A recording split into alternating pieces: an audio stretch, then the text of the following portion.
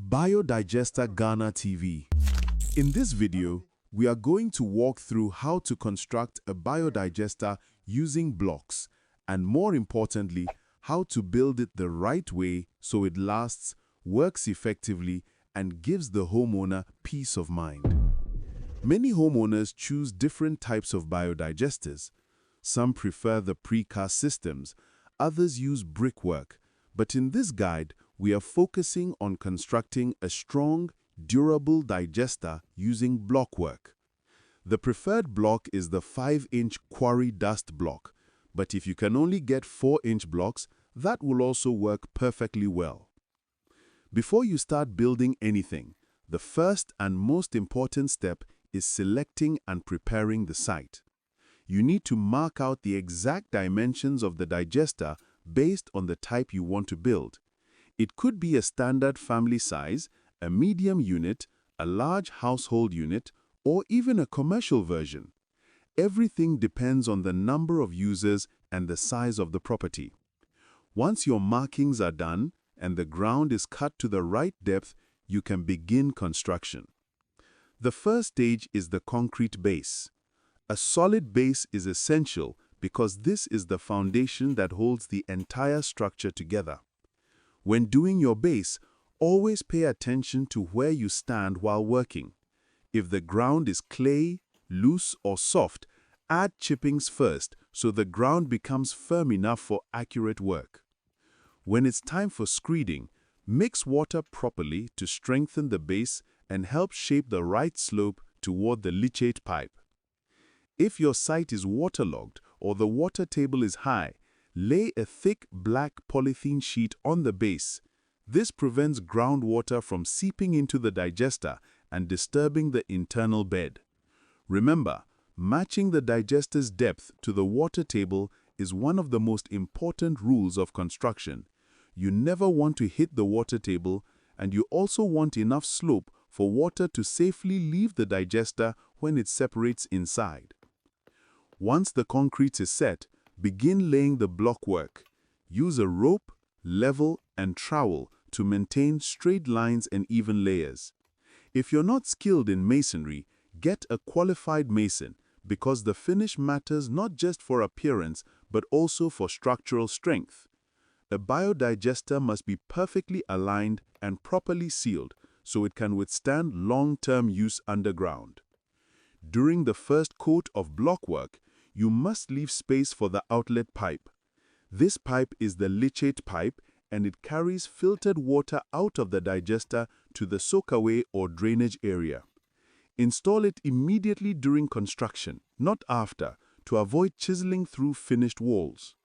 The leachate pipe is typically a 4-inch pipe, and where it leads will depend on your design. It may lead into a soak-hole pit, a traditional block-built soakaway, or a legal external drainage system.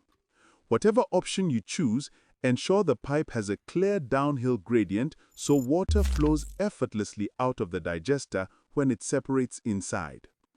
The distance between the digester bed and the soakaway should be a minimum of 4 feet. More space is always better because it reduces the chance of water damage.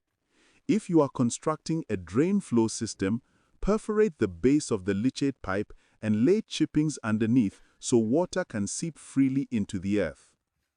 How you build the block layers depends on the inlet pipe coming from the house. The inlet pipe determines the exact number of block layers needed. If the pipe exits the house at about half a meter high, you may need 4 layers of blocks so the pipe enters the top part of the digester at the correct angle. If the pipe is lower, you may only need 3 layers. The goal is to make sure the pipe enters the digester at a height that allows gravity to move waste without resistance.